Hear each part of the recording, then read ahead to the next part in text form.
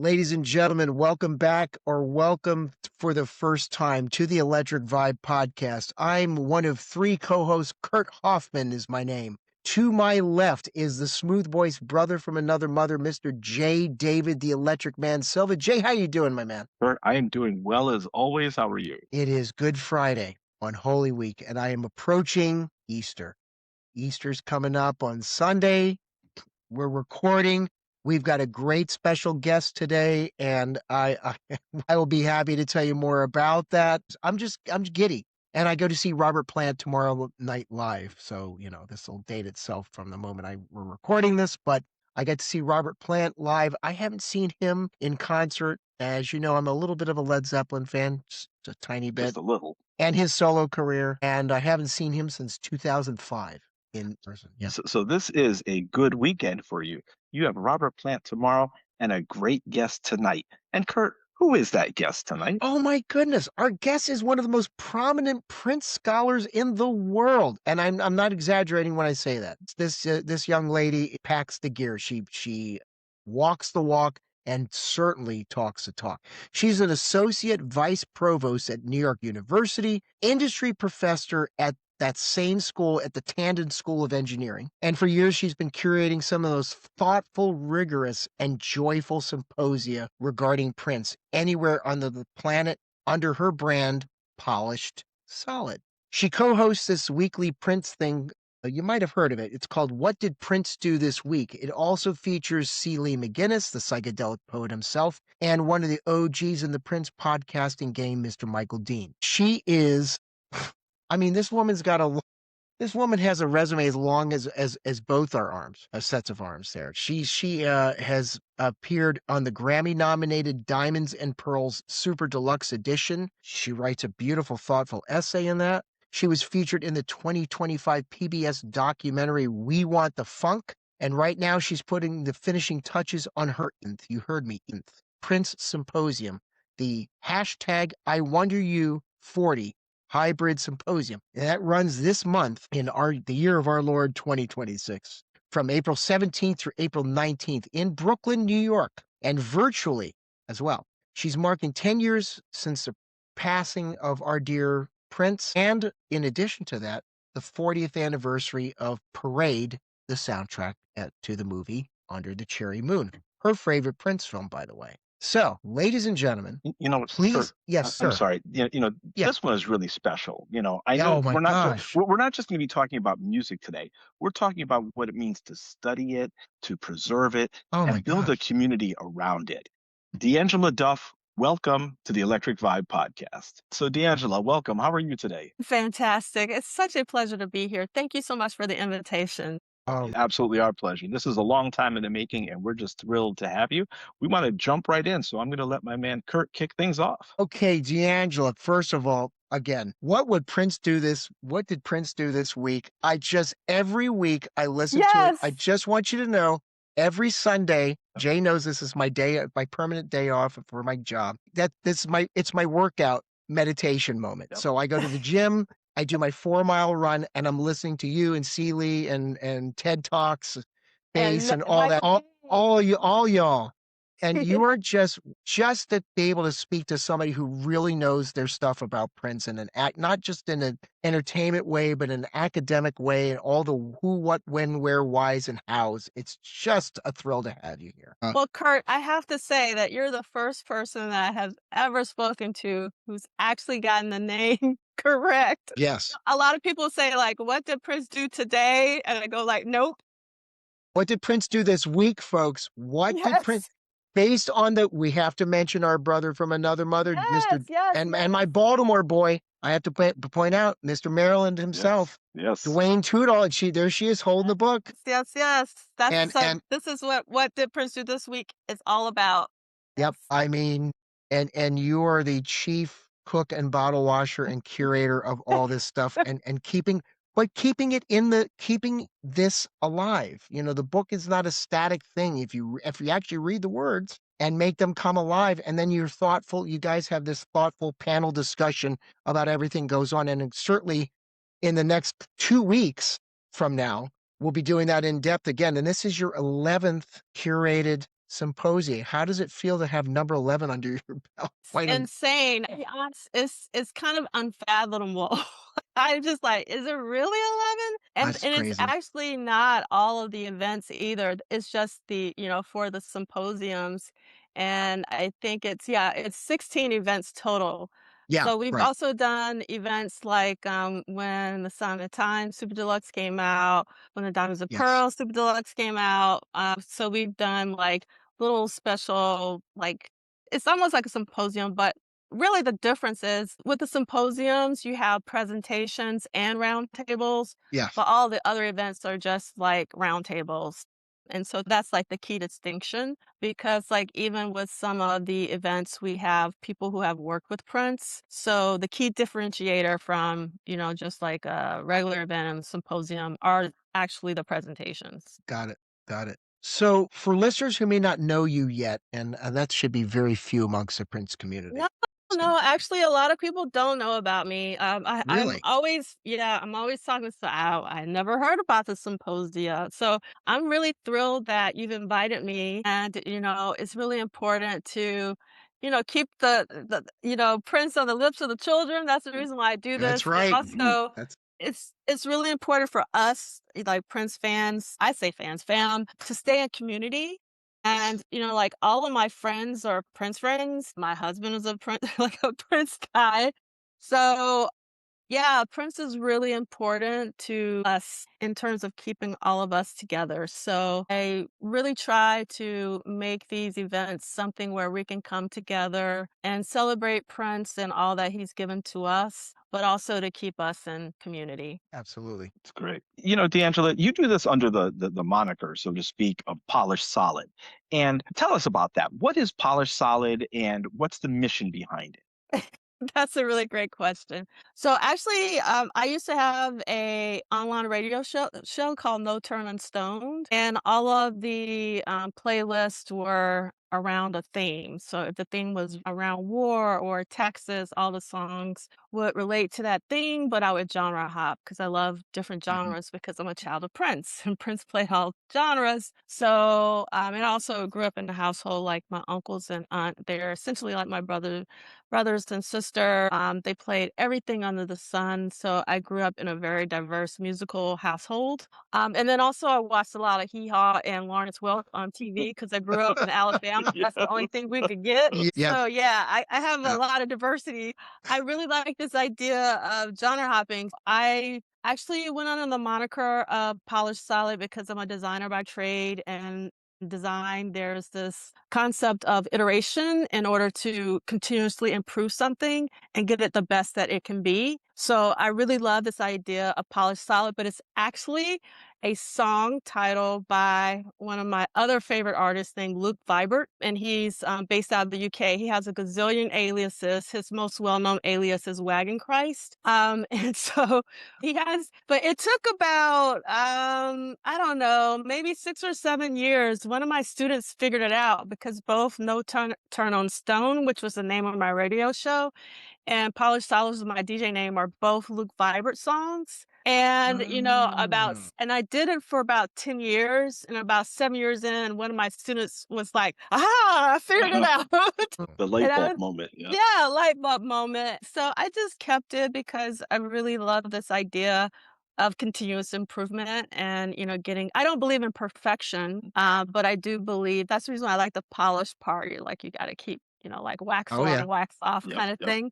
And yeah, and also it reminds me of Prince too, just because he was so masterful. There's also kind of like this idea of mastery in the name. So I just kept it. Also, I'm gonna be honest, sometimes, girls don't have more fun. So I also didn't want to be kind of with the DJ stuff. I didn't want to be seen as a girl. So that's another reason why I didn't go under my name as Mm. well. Mm. Got it. Okay. Okay. Very interesting. Okay.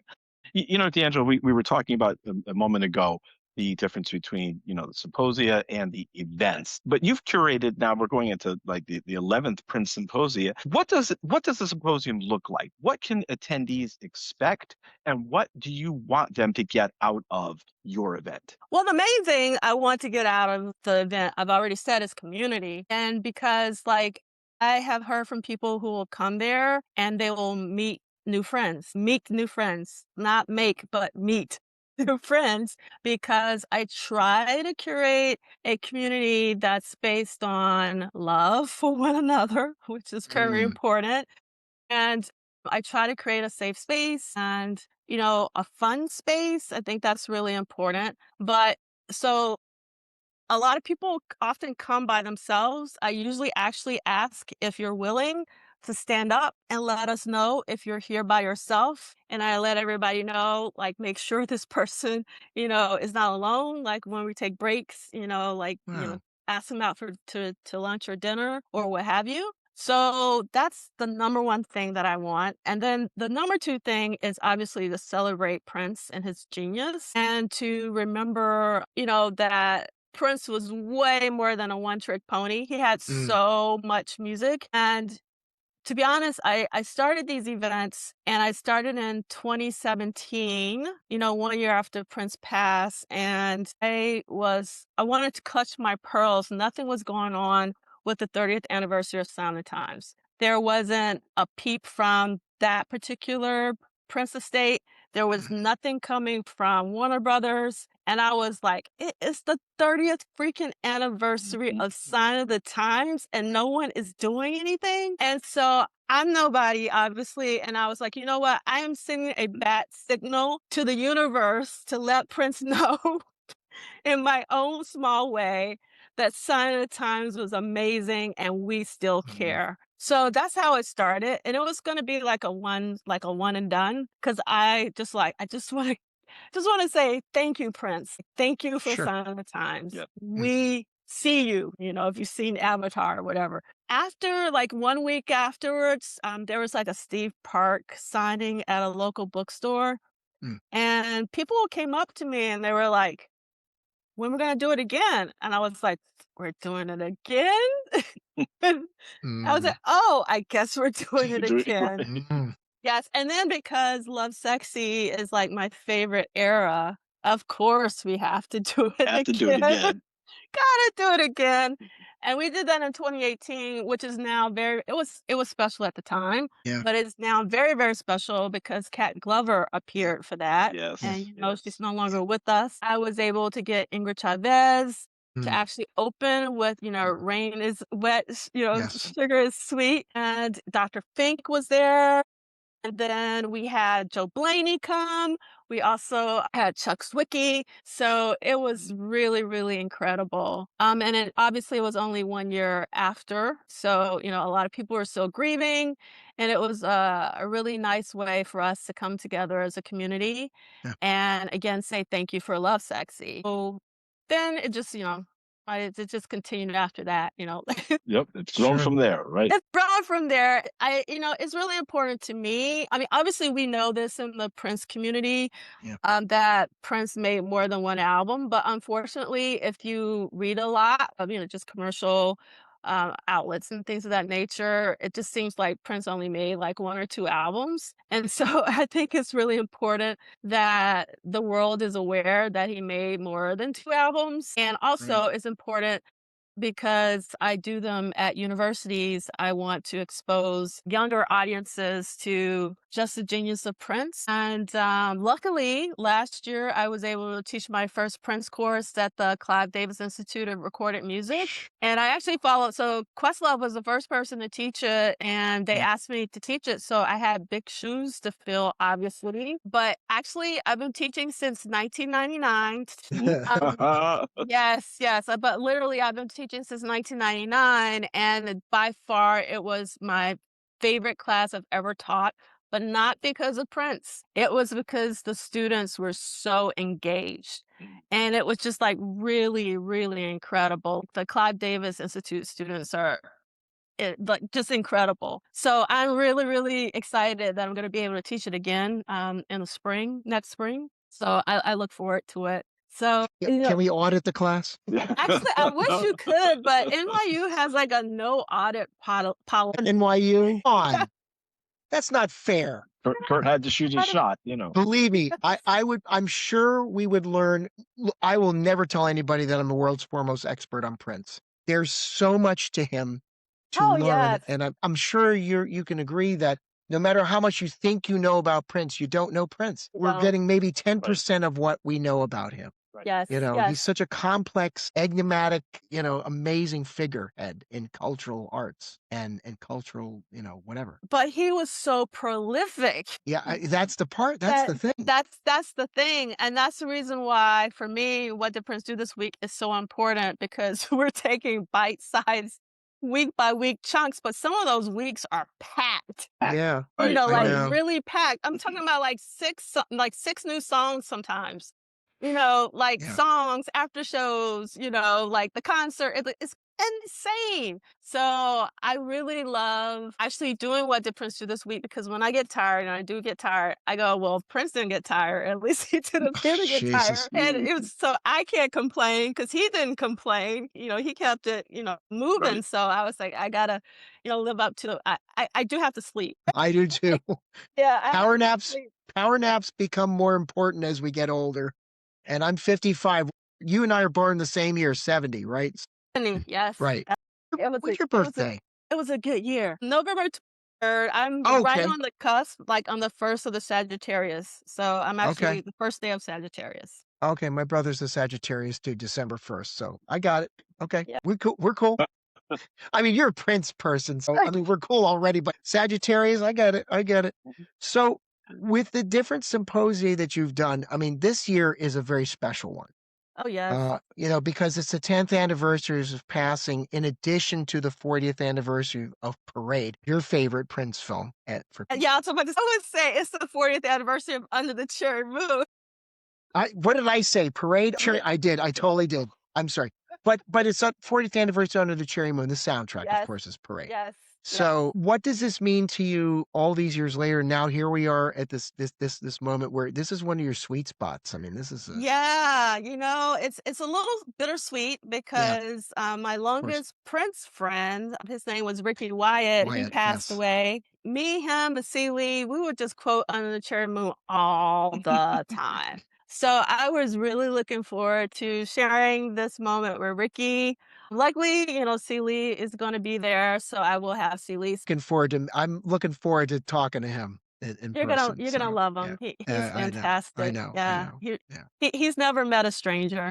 I Yeah, Right, for right. sure. But it's really special to me because, Under the Cherry Moon is a film that I literally just listened to. In fact, preparing for the symposium, I've just had it on repeat where I'm not even watching it.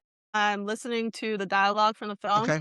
Sure. Because when I was a teenager, when I got the VHS tape, I recorded it to a cassette tape, and I Mhm. listened to it every single day for months. And so much so, and I was 16 at the time, my sister was 6, and she could recite the entire movie because Oh, I played wow. it so much. Yeah, I really love a lot of the dialogue. I Sure. love the chemistry actually between Prince and Jerome. Yeah. And, that was really surprising to me because, we're talking about real time. So when Under the Cherry Moon came out, I was only 15 years old. Mm. So when Purple Rain came out, I was only, I guess I would have been 13 still.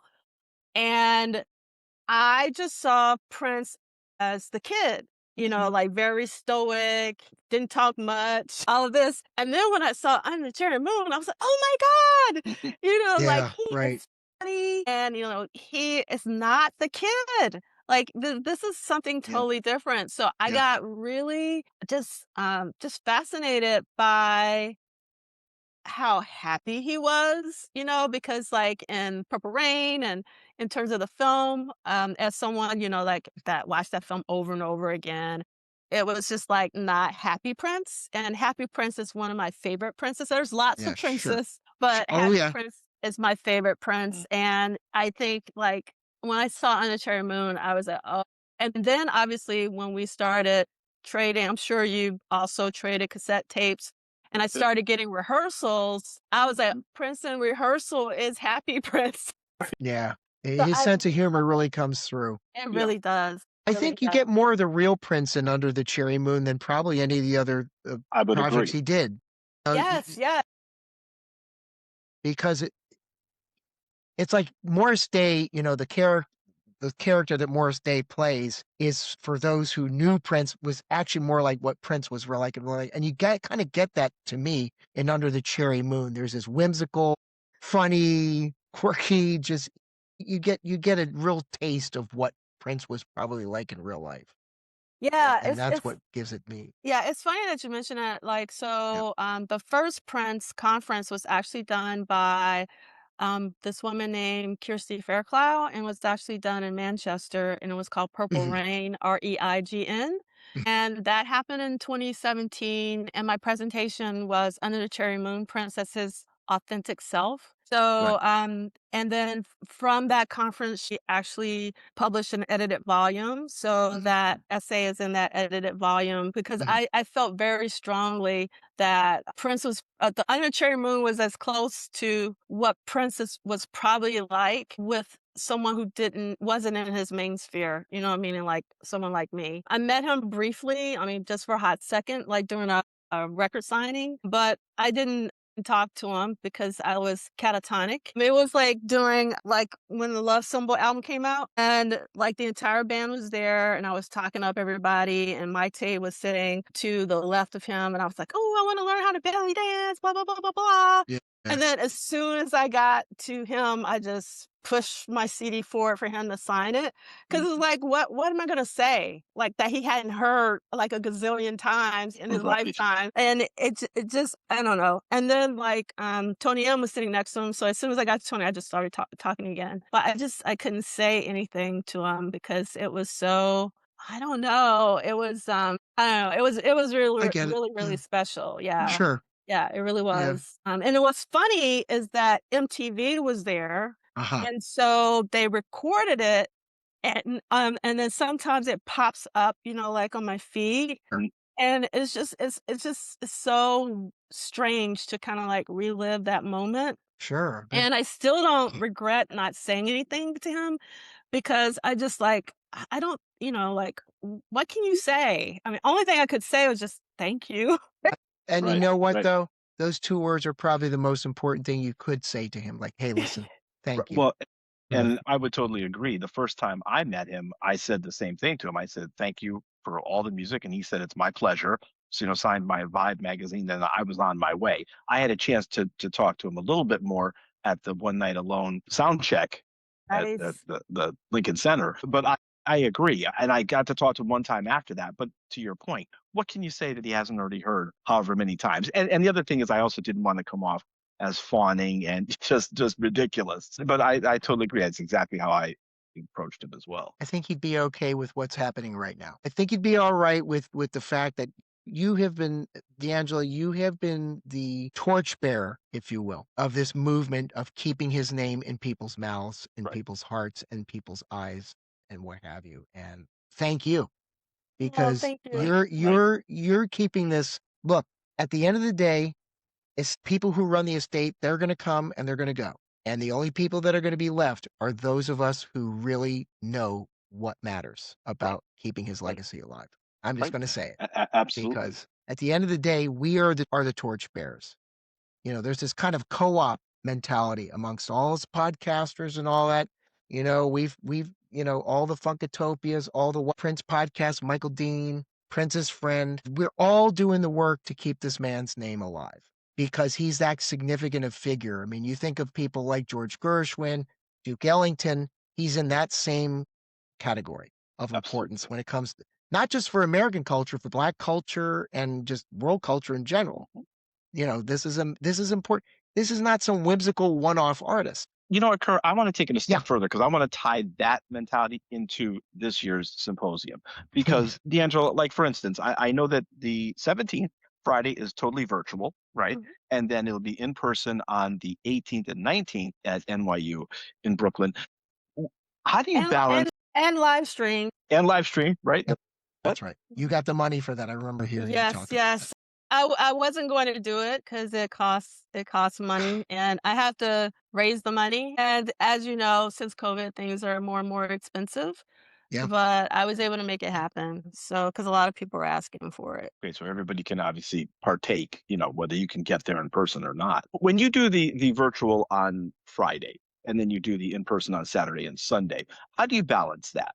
Like what are your main takeaways from what you're trying to achieve on Friday versus what you can do in person on Saturday and Sunday? Sure. Also, there it's so the I guess the height of attendance happened during COVID. So we did one for it was called DM40 GB30 and we did that in 2020. I wasn't going to do it virtually because we had done the Love Sexy Symposium at NYU in 2018. We did a Bat Dance Symposium at Spelman in Atlanta, Georgia in 19, and then I was gonna do this Dirty Mind DM40 GB30 at NYU, but then COVID, and it was gonna be in April. Mm, And then COVID hit, mhm, and Arthur Turnbull, of the Music Snobs, he was mhm. like, "Are we gonna do it virtual?" And I was like, "Nope, we're not doing it virtual because it won't be the same." Like we've been doing this in person. And what happened was I went to like a virtual design conference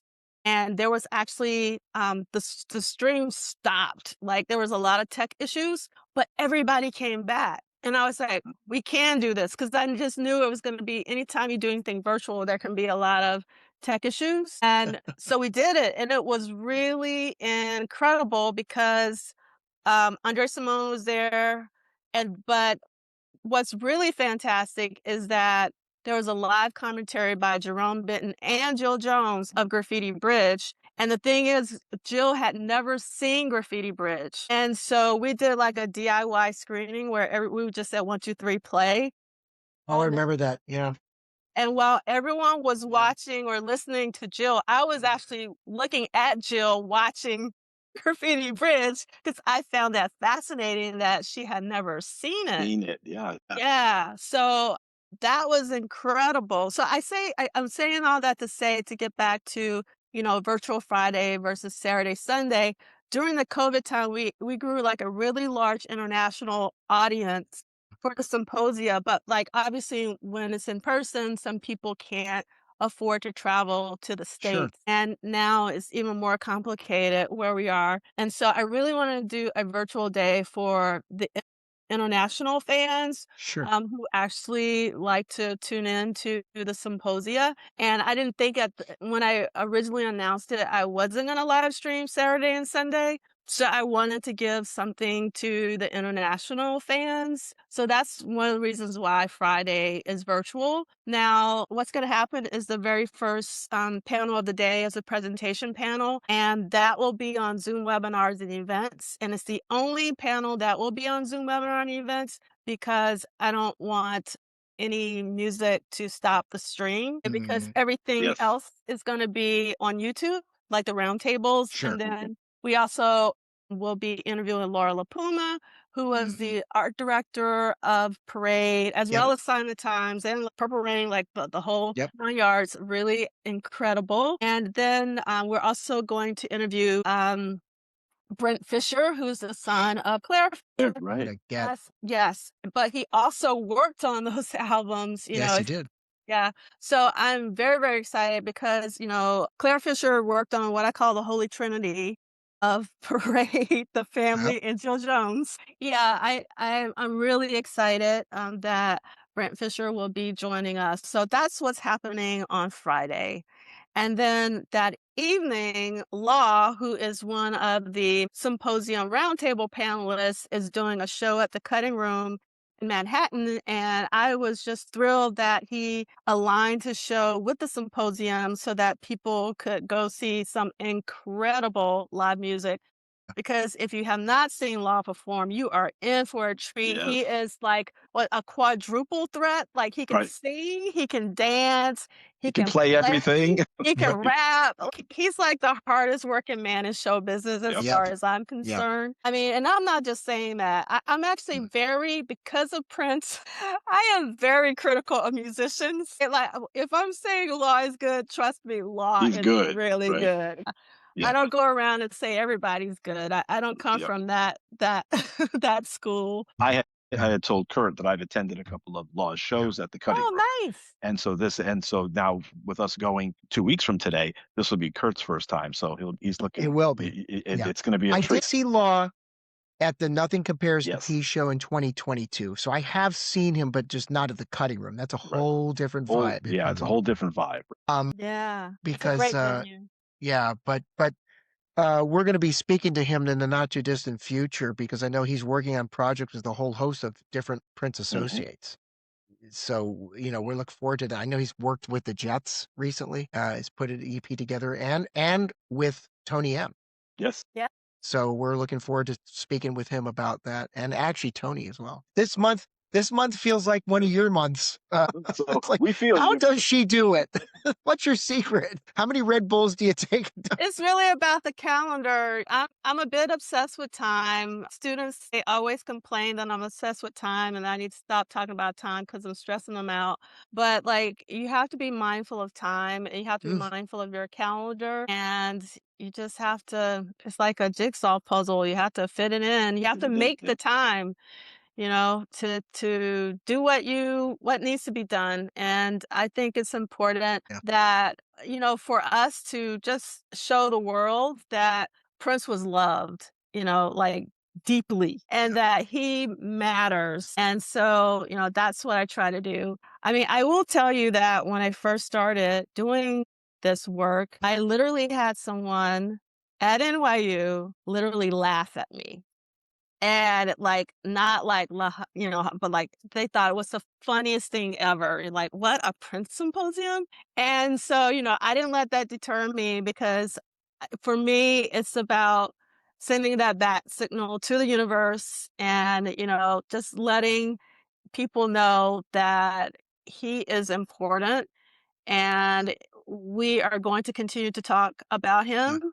And I mean, he is one of one. He really is. And I love it was in I think during the Sun Times podcast that the state did. I can't remember where Levi Caesar Jr. said this, but he said that Prince was the bar above the bar. And yeah. I really loved that quote because it's so true. I tell you who I don't often quote when it comes to Prince, but I'm gonna quote him, and that's Uh-oh. Gene Simmons. Yes. Right. When they asked him on CNN his thoughts about Prince, and he's like, "Well, he's a singularity." He Right. summed it up the Right. best in one word, Yeah. singularity. He You know, wrote, and produced yeah. Kurt, I want to stay on that theme, and I'm going to take us off script just for a minute Oh, I because love it. we had talked about community before, and Kurt has heard me say this a number of times. Through Prince was actually how Kurt and I met. Okay, we met Yep, on social media, absolutely. and then we decided to Yep. partner up, and we actually were doing a bunch of things before we even met for the first time. And so now it's come to the point where we've traveled for different events. We've been to Fort Wayne, Indiana with the JMTF group, Jelly Bean and Freeze, Monty, and Tori. We've gone to a couple of celebrations. We're going to celebration again this year. Yeah. We're going to be at the Steve Park signing in Maryland. Well, And I only say that because what I take most, you made that comment about some people laughing about, you said you were going to be doing a Prince class or a Prince symposium. It's the people that we've met and the relationships that we've formed, much as we're doing right now, yep. that really drive us. I mean, some people want to get out there and do their thing and you want to take the drugs and you want to do whatever it is that you're doing. But the relationships and the people that we meet and the bonds that we have formed through Prince's music, through his legacy, through his aura, for lack of a better term, it is invaluable. Kurt and I are trying to make plans to see so many different people when we're in Minnesota in 2 months, just about 2 months now, because there's people that we've formed these relationships with. That we had a wonderful relationship with Jelly Bean. But Jelly Bean was good to me and my family for 20 something years. We'd Yeah. see each other a few times a year. we stopped into Shaw's when we were at the bar and grill when we were there a couple of years ago. Yep. And Jelly Bean, we were hanging out with him. We had dinner with him Yep. just last Yep. May. And so it's not even just the associated artists and things. It's also the people that relate to Prince and love Prince the way we do that have become, quite frankly, lifelong friends to us. And I think that's what the community piece of it means to me. Yeah. Yeah, I mean, some of them are really like family. Like, Yep. Yes. I consider Lee family. I just like, I mean, it also has a little bit to do with we're both Southern, so I'm from Alabama, he's from Mississippi. But yeah, like I've definitely formed lifelong bonds because of Prince, and I haven't formed any lifelong bonds through anything else. Yes. Just Prince. Same. I get it. And a young lady like you from Utah, Alabama, Exactly. EUTAW. You got it. Look There's at a you. street. Well, You there's do a our street in homework. Baltimore, not far from Enoch Pratt Library, Jay. There's actually a Okay. street, same Yeah. spelling, in Baltimore City, actually. So it's not a hard one to remember. I know that because I Yep. actually went to Maryland Institute College of Art, and I like to say be more. You went to MICA? I went to MICA. Mhm. Wait a minute. You attended MICA? I didn't know. Yeah, I graduated Okay. from MICA. I have Ready a for this? MFA from MICA. I went to Peabody Conservatory down the street, not terribly far, and I used to work at the ticket office at the Meyerhoff. So I know the lyric opera. I sang Look it. at I've that. sung at the Lyric Opera House. Come on, man. Tell me some Be More stories. I'm a Be More baby. I'm a Be More baby. Well, the one thing that I love about Baltimore, and I don't know if it's still the case, but when I was there, they had these billboards everywhere and they just said believe. Yeah. And I thought that was so incredible. And I think of that often. Mm. And that's another reason why I don't say Baltimore. I always say be more, Mhm. because like believe and be more. Yeah. It was a campaign there for a while. Yep. Yeah, it was very inspirational. Hey, Steve Park, Yes, Right. Dwayne Right. Tudall. yes. I mean, Dennis Chambers. Really? Yeah. Dennis lives in That's Baltimore. illiterate. I mean, no, Dennis Chambers, the drummer. Oh, the drum. Dennis Yes, Chambers. Yeah. yes. I mean, he's Greg Boyer's Baltimore adjacent. He used to play a lot of jazz clubs in downtown Baltimore back in the day. Nice. So, yeah, I mean, listen, I got my Maryland pride.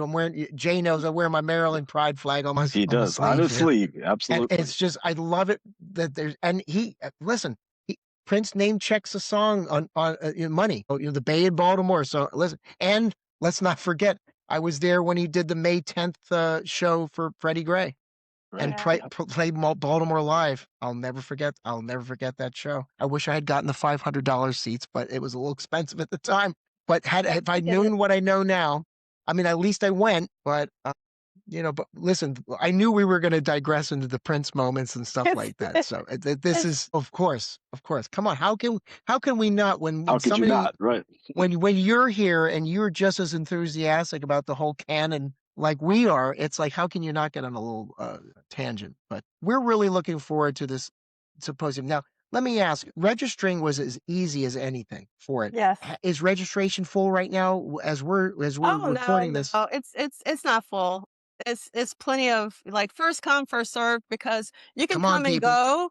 You can come and go as you please. Like, so some people will be there at the top of the hour, the end, but Mhm. some people just come in for specific panels. And then there will actually, if you don't mind, what I'll do really quickly is just Please, you share want my to share right now? Yes, Yeah, please. Yeah, let me please go share for my it. screen. The floor is yours, madam. Thank you. Of course. So, what we're looking at here is the symposium website, and it Yep. is I Wonder You. And obviously, we should know how to spell you. But in case you don't know how to spell you, it is I wonder the letter U dot polishsolid.com, and it's polish past tense, POLISHED. And then up here, you'll see that you can register for in person, and then you can also register for those virtual presentations that we talked about. You can also see like the speakers who will be involved. Oh, please, let's see. So you can see there's Adam coming. You've got Adam coming from well, but Minnetonka. yeah, but Adam is virtual, so Adam's That's gonna fine. be Still, yes, hey. yes. He will be there. Anil Dash is a part of what we call the core four. Yep. We're gonna Yep. have Arthur and Yep. Celie, and Yep. then we're gonna have Adam Reed Sexton, who's a really fantastic presenter, and Okay. then we're gonna have Cassie Ritchie also will Yes. be virtual, and if Cassie is a fashion historian I and have has her book. participated in a Yep. lot, yes, amazing book. Yep. Then we're gonna have Casey Rain in Casey. person, actually. Nice. Cool. Casey Would Rain Love in love to. Casey. person. Yeah. Yes, and Chinesha is gonna be doing, a presentation and participating on a film roundtable, and we're gonna have Chris Aguilar Garcia, who is going to be virtual, and we're gonna have Chris Bournet, Chris Robb. There's just Yep. it just keep going on and on and on.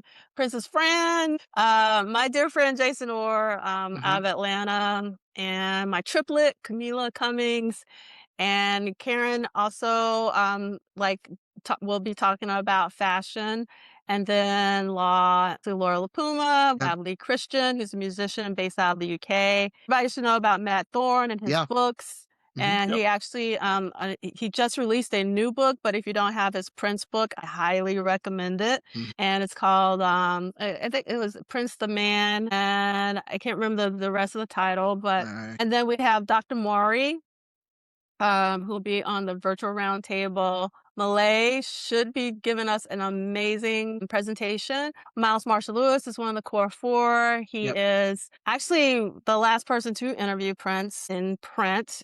So he Oh. is a very well known music journalist. Mhm. And I'm very excited that we're going to have Raha Blank. And if you actually click on any of the images, you can learn more about everyone, and you can find like their social media Oh, wow, accounts look at and that. so forth. Mhm. And Radha made this really incredible feature film called The 40-Year-Old Version, not virgin, but Mhm. version. Mhm. And it was on Netflix. It's really incredible. And so she's going to be on a roundtable just dissecting Under the Cherry Moon as a filmmaker. And Okay. that's like something that I've really wanted like to have filmmakers involved. So will be the Sure. first time where we've actually had the deconstruction of a film. And Ron and Nicole may or may not be with us. We're just still trying to figure that out. This is just a special page for Ricky because Ricky is no longer Yeah. with us. But I actually created like a playlist of all of Yes. Ricky's symposium appearances, and also there's he was very active in What Did Prince Do This Week, Yes. so he's included, even though he won't be with us. And Robin will also be doing another fashion presentation.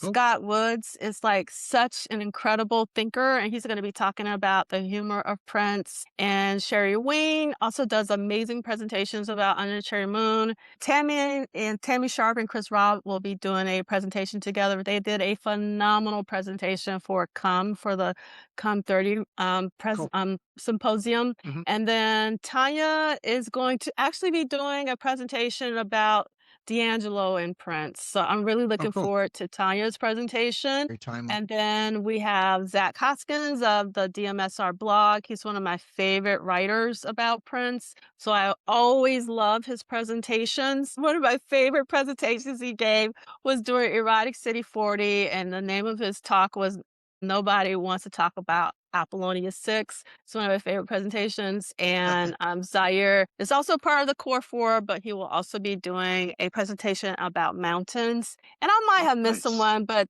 that's okay. And then so if you go over to the schedule at a glance, this is going to be like the main page because this is our first hybrid symposium. And that just Sure. means that we're going to be in multiple places because usually it's just in person or virtual. So this is the first time we're having an all virtual day and 2 in-person days that will be live streamed. So I'm trying to be very explicit so you know where to go. The Yeah. welcome. And so this is the first column is Friday, second column is Saturday, third column. And then if you're on a phone, it will like go into like a column like that. But if you're on a desktop or laptop, you'll be able to see the columns. And you'll see that these first 2 things will be on Zoom, and Great. then the rest will be on YouTube in terms of this virtual parade album and tour roundtable where Princess Friend, also known as Eloy, will be Yep. moderating. And then we're going to have a lunch break, and then we'll welcome Brent Fisher. And then again, that'll be on YouTube as well as Laura LaPuma. But then the in-person days, there will both be at 370 J Street in Brooklyn Mhm. and room 202, which is the room we were in for Erotic City 40, if you came to that. And all of this will be live streamed. So you'll see that it'll be a mix of presentations. We'll have an in-person session of what did Prince do this week. I'm really going to miss Michael Dean because he's been at the last two in-person ones, but Yeah. he couldn't swing it this time. So it's just going to be me and C. Lee holding it down, but in Sure. person. And then you're going to do lunch on your own. There's a lot of eating venues around 370J, and we'll point you to some places in our announcements, which I should talk about in a hot second. And this was the Core 4, renamed as 4U crew, with FOUR 4U crew. Gotcha. And then we will have more presentations, and then we'll have a fashion contest. And winners of the fashion contest will get a poster that of the symposium designed by the incredible Reverend, because Reverend did the graphics for the symposium, Mm. and I'm really, really thankful for that. And so then on Sunday, we're going to start off with a roundtable about Parade and Under Cherry Boom, the Sure. moderator being Casey Rain, and then we're Mhm. going to have more presentations, more lunch on your own. This is this film directors roundtable that I mentioned before, Mm. moderated by Amira Lewis, who is a professor at NYU who teaches in their film program. And then we're going to have an in-person live commentary, and then we're going to close it out with a fashion contest. But really quickly, I want everyone to click on announcements if you ever go to this website, because if you subscribe, you'll be able to get the announcements directly to your inbox. Sure. So a lot of information like how to register and all of that can be had also through just the announcements. And the announcements I'm going to send out another announcement tomorrow, but then starting Thursday, we're 2 weeks away. I got the Yep. Thursday before, so that would be the 16th. We'll start getting daily announcements. So starting on the 16th. So yeah, I'll stop sharing. It's Thank you okay. for that. You got it down to the listen. And you know what? Having gone through all that, D'Angelo, I want to ask you, the whole experience must be incredibly rewarding. But also, I mean, it looks like it's just a lot of work, logistically, administratively. Can you talk a little bit about what some of the challenges are hosting and putting on an Yes. event like this? Yes. All right. So the number one challenge is money, because I don't charge for this. I will never charge for this, but they do cost. Just because it's Right. free doesn't mean that they don't cost. And they actually cost a pretty penny. So a large part of my year is always with my hand out begging NYU programs for money. So I cobble together. We Mhm. actually, I really want to, I'm glad that you said that, because I think it's really important to showcase who's actually sponsoring this, because I would not be able to Sure. do this without the sponsors. So I'm just going to do this really quickly. Absolutely. Thank you so much. I really Please. appreciate it. Please. So at the bottom of the homepage, Medium is my academic home. They've been supporting these Prince events and Prince symposiums since day one. I would not be able to do them without their support. And IDM stands for Integrated Design and Media, where it's my academic home. Also this year, princesyllabus.org is huge. I would not have been able to do this in person without Prince Syllabus help. So I have to give a very big shout out to Prince Sure. Syllabus. And then there are a lot of other NYU programs. The NYU Tandon Undergraduate Academic Affairs Office from my school, which is the Tandon School of Engineering. And then we have other schools like Arts and Science, but specifically the Liberal Studies program from Arts and Science also is very critical in order to put this on. And then we also have the Center for Black Visual Culture at the Institute of African American Affairs, also at NYU. We also have Clive Davis Institute of Recorded Mm. Music. We also have the Department of Photo and Imaging. We also have the Center for Multicultural Education and Programs, and we Mm. also have the LGBTQ plus Center. So all of these programs gave me funding in order for me to do this, because otherwise I wouldn't be able to do this in person. So number one is the money. So Once Yep. you get the money, then it's also the space. So luckily, and I have to, reserve the space almost like a year in advance because it goes really fast at Mhm. NYU. There are a lot of events going on, and I don't want to go outside of NYU because then like the cost would get even more Sure. astronomical Oh, in yeah. terms of that. And then it's the people. So then I reach out to the people, but I often reach out to people like 6 months. Sometimes people tell me what they want, how they want to participate.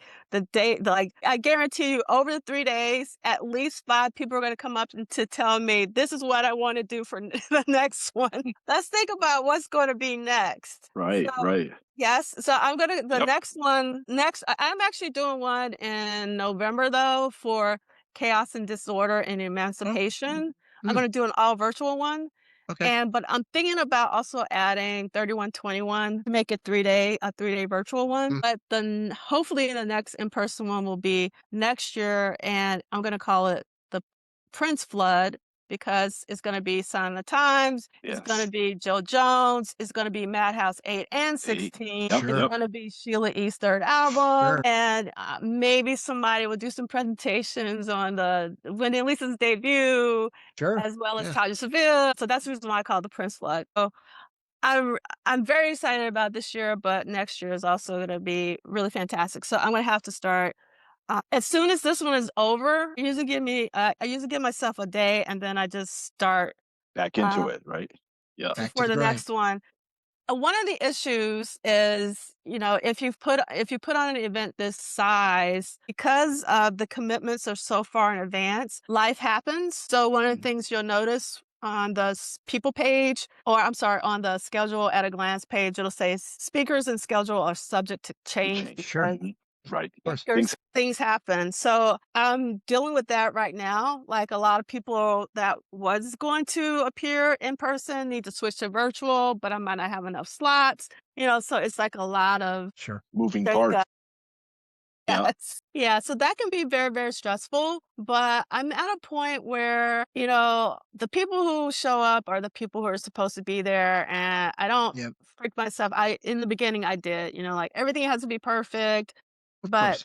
that isn't how life works. Right. You have to roll with the punches. So, Absolutely. Absolutely. yes. Well, we're Er, excited. mm, We're yeah. excited to just come to the thing and experience it for ourselves Absolutely. because it's that kind of topic that needs to be taken seriously. It's like you've got a whole lot to unpack in these next several decades of his career. And Yeah. may this continue. Is there anywhere that people can donate to this particular in addition to I people ask all the time, yeah, and I know as soon as I take one person's dollar that they're gonna say that I'm trying to make money off Prince. I am not trying to make money off oh, of Prince. right. So I've been very like, "No." I get it. Thank I get you. it. Thank No, no, you, no, I but get it. no. Mm, I Yes. get I So, get it. yeah. And there's a lot behind that. Yeah. I get it. right, I right. get it. I totally get it. Yeah. But, it's so Parade. Let's talk about Parade for a second. I Oh mean, my this is a god. sweet spot for us. I know. I can All of go us, on right? about it. I mean, Venus de Milo is one of those tracks that I could just for me, that embodies Prince. It really does. It's one of those tracks that just and it's an instrumental. It Yes. just Right. has this wistful, bittersweet just quality. Even before he passed, it had that quality Yes. to it.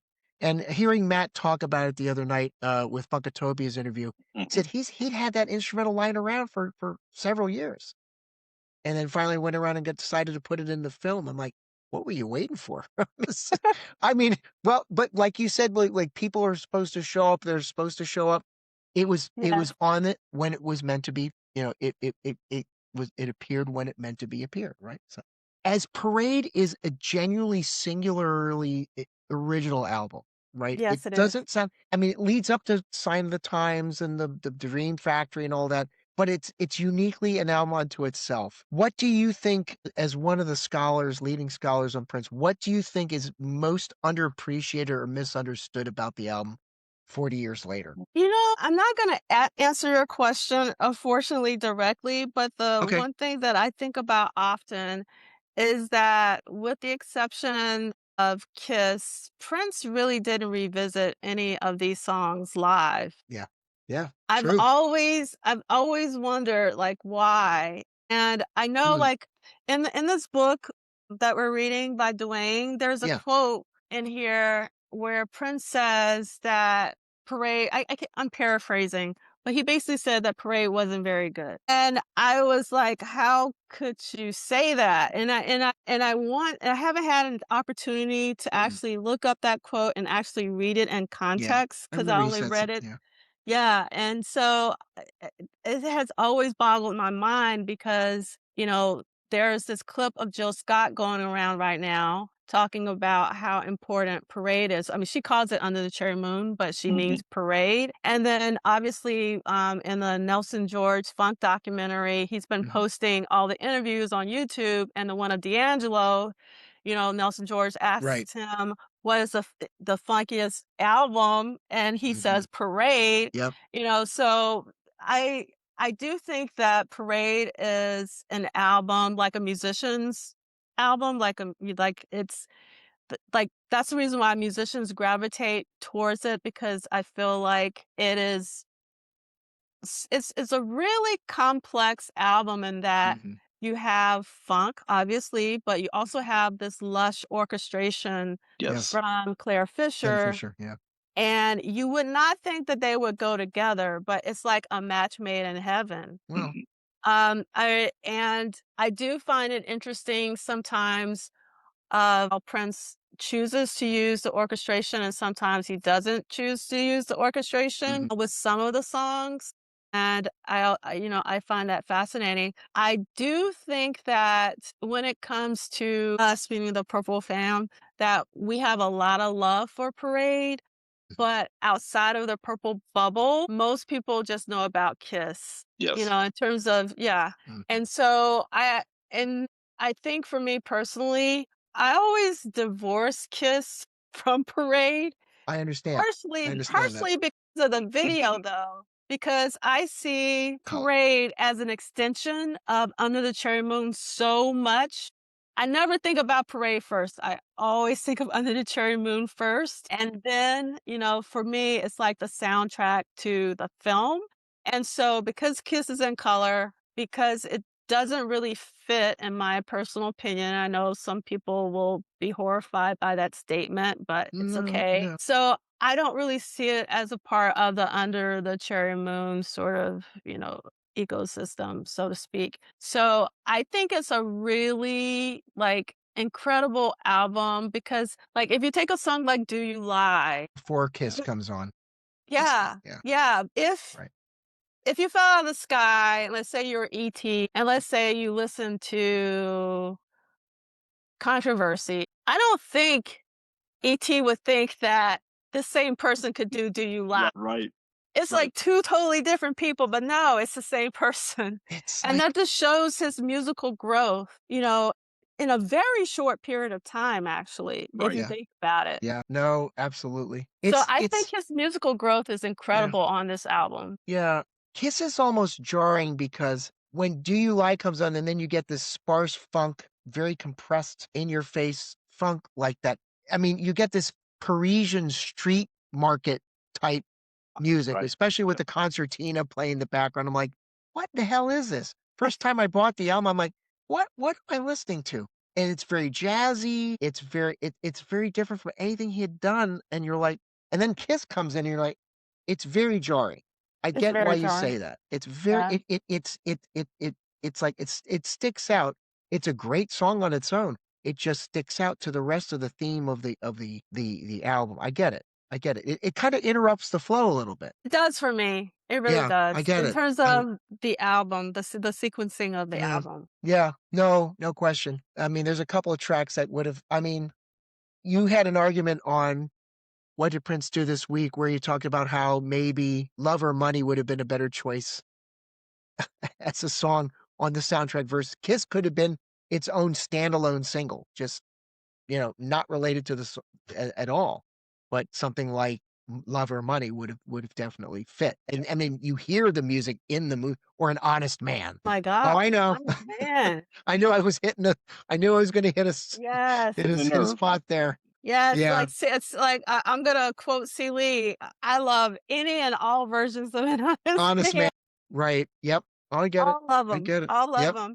yep. But Love or Money, the song, I mean, is basically an encapsulation of the plot of Under the Cherry Moon. So that's the reason why Right, I thought it should be on the album. and as a single, I mean, I dare say as a single, because it you're right, it's kinda like it could have been his Bat Dance, where Bat Dance was the encapsulation of what the whole movie was about. It's such a Yeah, brilliant way of using the dialogue. If he had used Love or Money as a single, that would have but right, no, you these are the kind of things that you can expect, folks, at this I Wonder You 40 symposium. You're gonna get this right, thoughtful discussion right, right. about the inner workings of this album, this brilliant masterpiece. And of course, the lush orchestration and genius of Clare Fischer, and the fact that you got Brent to come and talk, you know, That's albeit big time. virtually, but that's great. I mean, Yep, and the fact that Prince and Claire never met in person.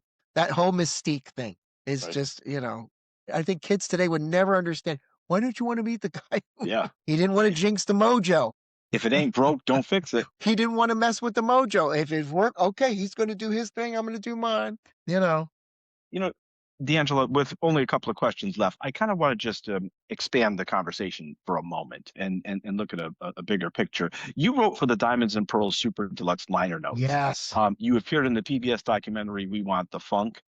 And projects like that and doing things like that, how does that broaden the conversation around Prince's legacy? And how has it shifted since his passing in 2016?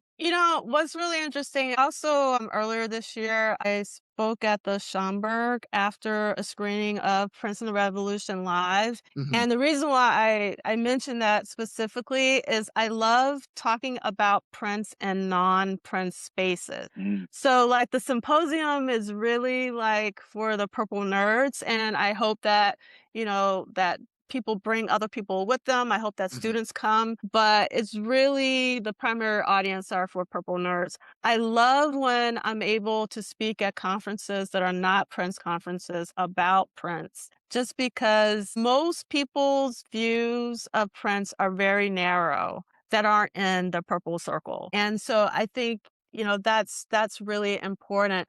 The narrative has changed a lot actually around Under the Cherry Moon. Now, when Under the Cherry Moon came out in real time, it was panned. No one didn't get it.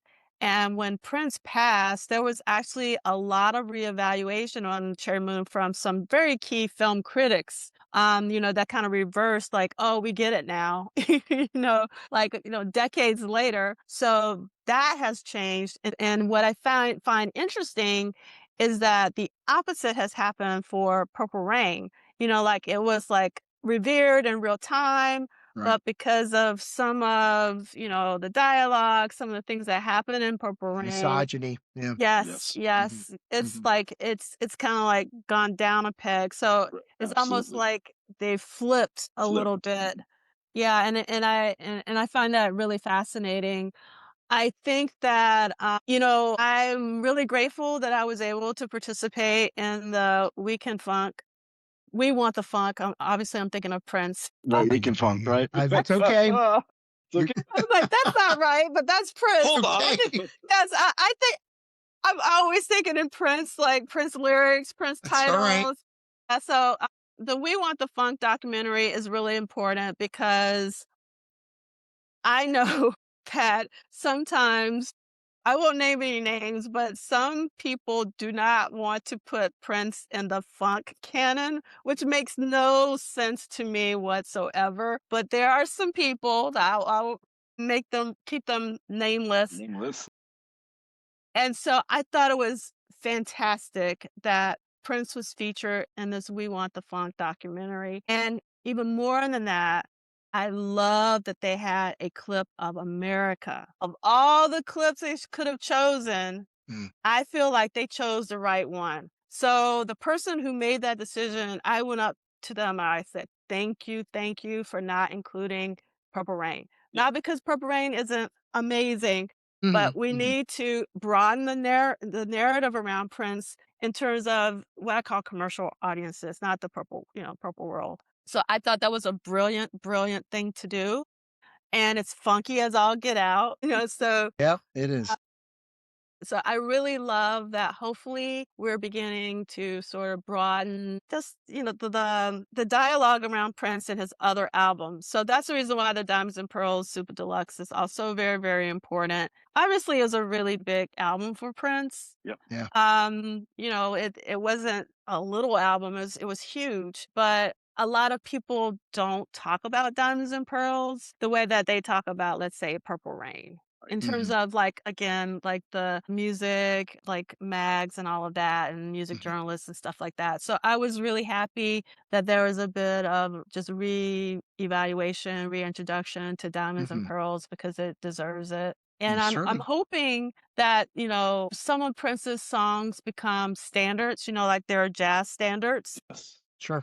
And I think that Diamonds and Pearls, the song, should Mhm, become a standard because it's such a beautiful song. mhm, And Prince has written so many beautiful songs that could really become mhm. standards, like The Beautiful Ones is, Yes. another one that comes Great to mind. example. Oh my god. Yeah. That's where I got hooked, was The Yep. Beautiful Ones. Yeah, yeah, yeah. I'd say 1987 VMAs, Sign of the Times, and Playing the Sunshine really kinda cemented the deal for me. I'm like, "Alright, this guy's this is He's it. Right. that was it." I said, "That's all she wrote," and I didn't need to, and I watched that on MTV in real time, and, I remember Sandra Bernhard, the comic, was on that show prior to him coming on. I just remember all the little details of that night. That's just, it's just, this is so great to have you on here. I mean, we could have you for another 2 hours, but I know with your time management, that ain't gonna happen. Right.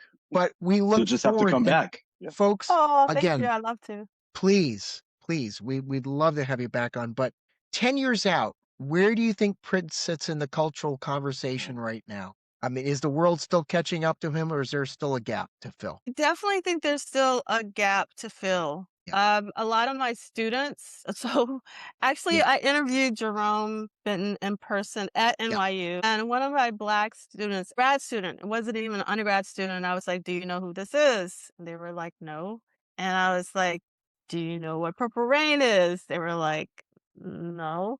I was like, and so that's the reason why it's really important to do these at Yeah. universities and in Jay, there's this huge like screen wall. It's massive. So I always advertise on that wall. And even if they don't come, they at least see the name Prince and they see, like his image. And so I'm hoping that it will make them curious and want to like, what's going on? This lady keeps putting on these events, like, who's this Prince Right, guy? So I'm right. hoping that because actually I remember I had a student because I always have Prince posters in my office. And, one of my students came in one day. She was like, "Can I ask you something?" I was like, "What?" She was like, "What is up with you and Prince?" I was Been there too. Yep. Yep. like, yes. Right. I get teased at work. We'll listen to some random artist. I'll put a name out there, Leo Sayer. Okay. Yeah, just, and my boss at work who knows how much, and he's a huge Prince fan. He recognizes his genius. So I work in a crew that respect the art. And they're like, "Okay, Kurt, what's the connection to Prince? Did an engineer work with?" They'll always make fun of me because I can play connect the dots, the 6 degrees of separate. I know you know what I'm talking about. And it's Yes. like, they're like, "Are you for real? Is this true?" I said, "Yeah, yeah, there is a connection, but it's not a huge one, but there is a connection, And so this is why we need to keep doing what we're doing till it becomes just everyday conversation. Yes. One can hope. Absolutely. One Right. can hope. Well, once again, people who still haven't registered for a hashtag, I wonder you, just the letter, folks, Right. 40. Where should they follow you again to stay connected to everything you're doing? PolishSolid.com. Yes. Actually, it would be best to probably go to the symposium website, Okay. which is iwonderyou.polishsolid.com. And then on Instagram, I'm Polish Solid. I'm very social media illiterate, so I'm not on social media a lot, less and less actually, but I am Polish Solid on all those socials, but I'm just not there a lot. So the main thing is if you go to the website, I wonder you dot polish solid, and you click on announcements and you subscribe to the newsletter, Okay. there's actually a comment section at the bottom of each newsletter. So if you have any questions, I will actually respond to that quicker than I probably would to anything else because it Okay. comes directly to my inbox versus And again, messaging out. folks, there's slots still available. Please register for all Yeah. 3 days if you can. I cannot wait to get to NYC and get to my hotel room and get it and get my purple funk on. I mean, this is gonna be exciting. Thrilled that both of you will be Yes. there. Yeah, Yes, That's in the we house. incredible. can't Thank even you. tell you. Yes, we're looking And forward to well, it. Jay lives in Connecticut, and, you But were in Philly for a minute there. You went to school down here, so you know To it go to that far. school, Didn't you? taught Did you not? You uh, taught I'm sorry. yeah, I taught at the University of the Arts for 14 years. I didn't go to school Gosh, in Philly. sorry. I thought Oh, you it's okay. get it right, Kurt. I even spoke to you on the phone about this, and there goes my mind. This is what happens when you're over 50 something, you're but folks, but Philly, so Yeah, very you get the well. whole. If you like what you heard and you saw today, folks, if you're listening, please subscribe to any one of the platforms you're listening to us on. If you're doing this on YouTube, please hit the like and subscribe button so we can continue to have more amazing content and guests like the one we have today. And as I like to end every one of our episodes, and this means more now than ever, the times that we're living in, the rising tide lifts all boats. Jay? And I'd like to echo Kurt's sentiments. And D'Angela Duff, thank you very much for joining us. This has been quite some time in the making because we talk about you behind your back all the time, and we're glad that we could get you here on the show. So, we are big fans. We watch your content. And just to have you here has been a real, real pleasure. So thank you very much. We're wishing you well with the symposium. As you mentioned, Kurt and I will be there. We hope you'll come back and see us again. We'd be happy to have you again Of on a course. future episode. And once again, thank you. And folks, like I like to close out every show with peace and love. And remember, when the universe comes knocking, you have to answer that door. Peace.